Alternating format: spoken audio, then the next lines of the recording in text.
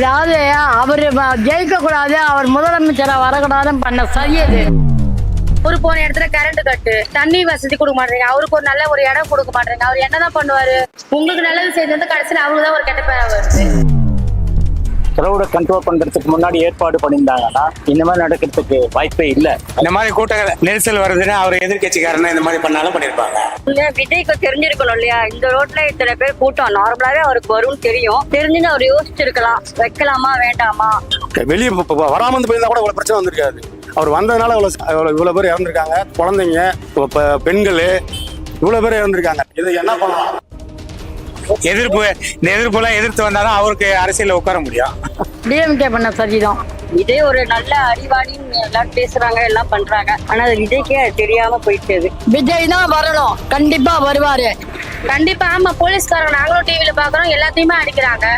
அவங்களே பாதுகாப்புனா அப்ப யாரு தான் பாதுகாப்பு கொடுப்பாங்க?